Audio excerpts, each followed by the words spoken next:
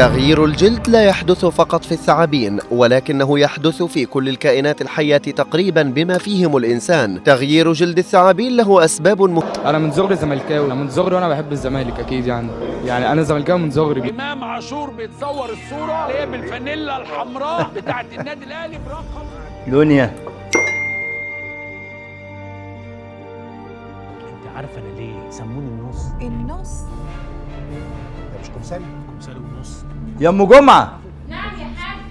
يا ام جمعه تعالي شوفي، بيقولك هيبقى فيه بكالوريا وفي تاريخ وطني هيدرسوه كل الطلاب. امال فين جمعه؟ جمعه يا جمعه يا جمعه.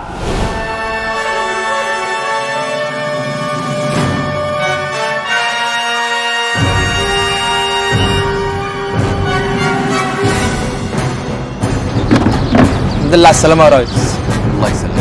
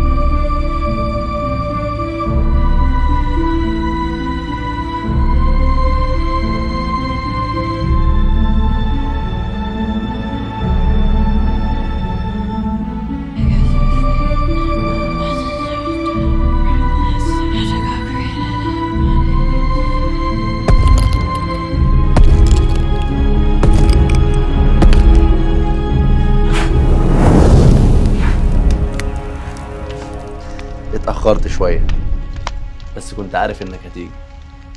ايه اللي فكرك بيا بعد السنين دي كلها؟ شغل، وواثق ان انت الوحيد اللي هتقدر تساعدني فيه. اساعدك ازاي؟ في مادة جديدة اتضافت اسمها تاريخ وطني، هشرحها انا وانت هتساعدني بكل المعلومات والمصادر اللي عندك.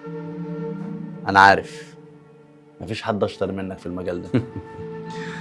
يعني كمان عايز تاخد مجهودي وتظهر بيه للناس؟ مش مكفيك انك بقيت اشهر مدرس جغرافيا ورامين انا هنا وسط الكتب والكراكيب؟ وبعدين ليه ما اشرحهاش انا الماده دي؟ ها؟ صعب، الموضوع محتاج حاجات كتير انت مش جاهز ليها دلوقتي. صعب. ايه اللي صعب؟ ماده علميه؟ انت عارف ان مفيش حد اجمد مني، والا ما كنتش جيت لي من بيتك لحد هنا. ولو على التجهيزات فاحب اقول لك ان احنا بنجهز من سنه، من ساعه ما الوزاره اعلنت عن الخبر من اول مره.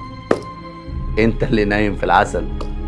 شهره الناس هتتفرج وهتحكم بنفسها. طب احب اقول لك ان احنا معانا تيم قوي، لو احتجت تقول لي هبعت لك شويه منه خليهم لك، دي كمان معمول حسابها.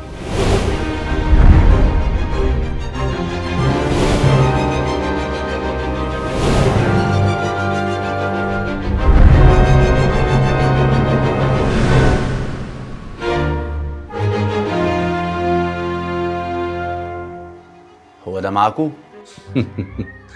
ده اقل واحد فينا، ومش هقول لك شغلانته ايه، هتعرف في وقتها.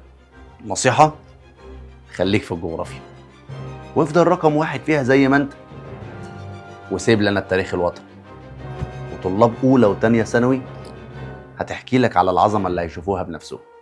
انا موافق اشرح جغرافيا بس، وانت خليك في التاريخ الوطني.